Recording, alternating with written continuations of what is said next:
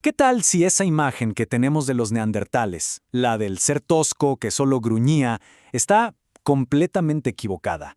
Hoy vamos a meternos de lleno en uno de los misterios más fascinantes de la prehistoria, para averiguar si las voces de nuestros parientes antiguos eran mucho más parecidas a las nuestras de lo que nos atrevimos a pensar.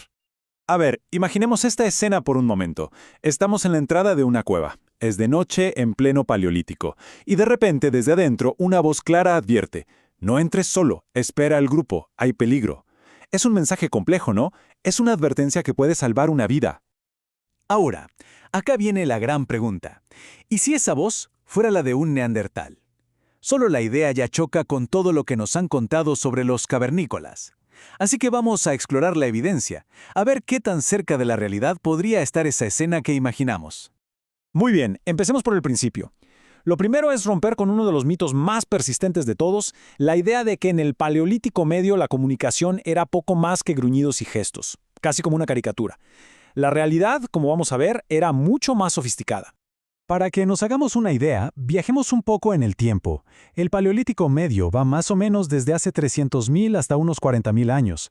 Esta fue la era de los neandertales en Europa y Asia, y también de los primeros Homo sapiens modernos en África. Y es importante recordarlo, no estaban solos, compartían el mundo. Y ojo, su tecnología no era nada simple.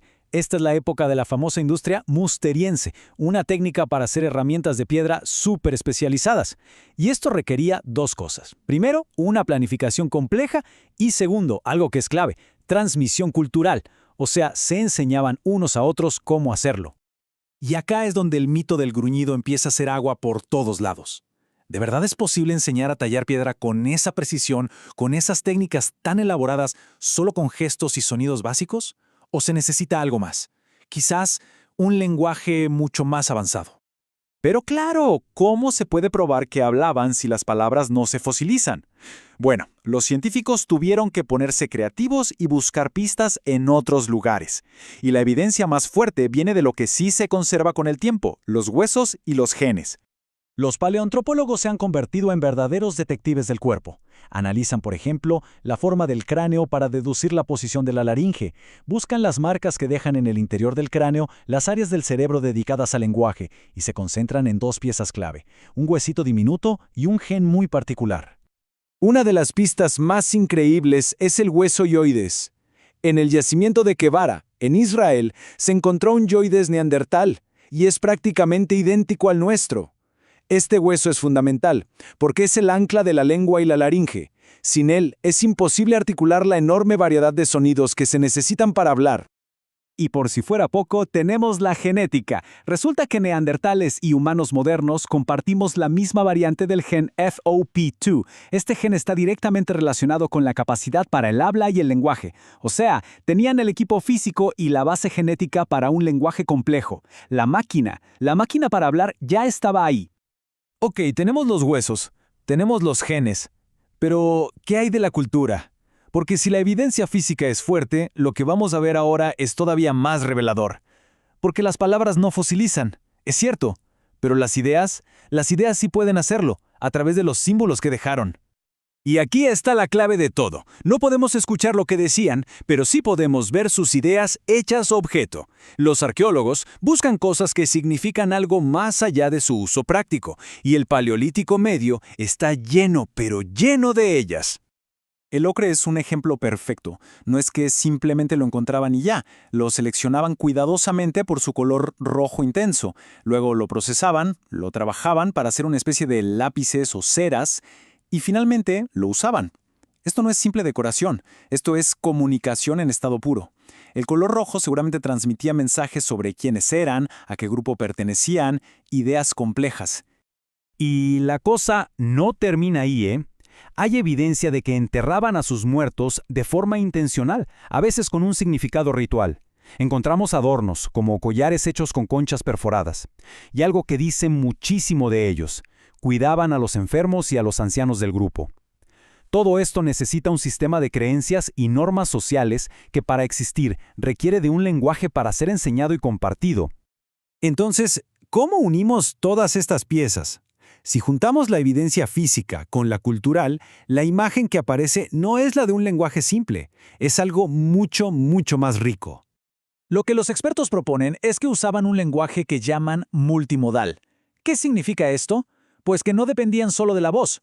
Su comunicación era una mezcla muy sofisticada de sonidos articulados, gestos con un propósito claro y todo un mundo de símbolos compartidos. Pensemos en cómo nos comunicamos hoy. Usamos palabras, claro, pero también las manos, las expresiones. Bueno, ellos igual. Voz, gestos y símbolos, todo trabajando en conjunto. Y esto nos lleva a uno de los grandes debates científicos. ¿El lenguaje moderno apareció de golpe, en una especie de salto cuántico, o fue una evolución lenta, paso a paso? La primera teoría, la saltacionista, dice que una mutación genética nos dio de repente la sintaxis, o sea, la gramática compleja.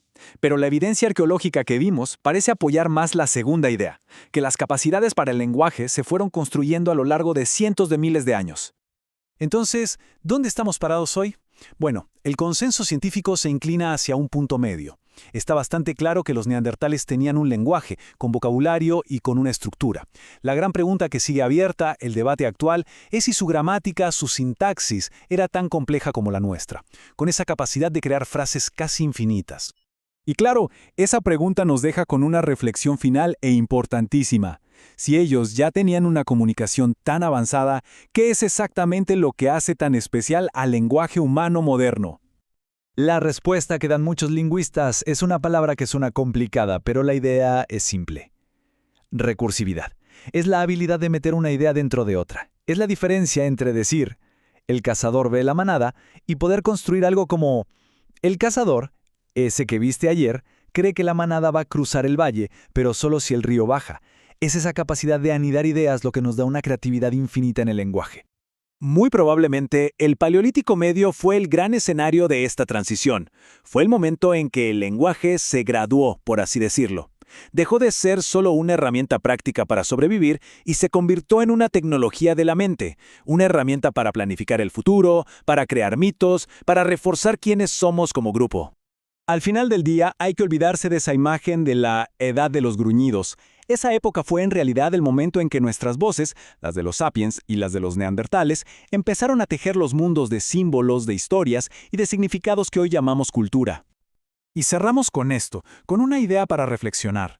Detenerse a pensar en esto, en que las bases de nuestra comunicación, de nuestra cultura, son tan antiguas y son compartidas con otros linajes humanos, ¿no cambia un poco la forma en que vemos lo que significa ser humano? La historia de nuestra voz es, sin duda, mucho más profunda de lo que jamás imaginamos.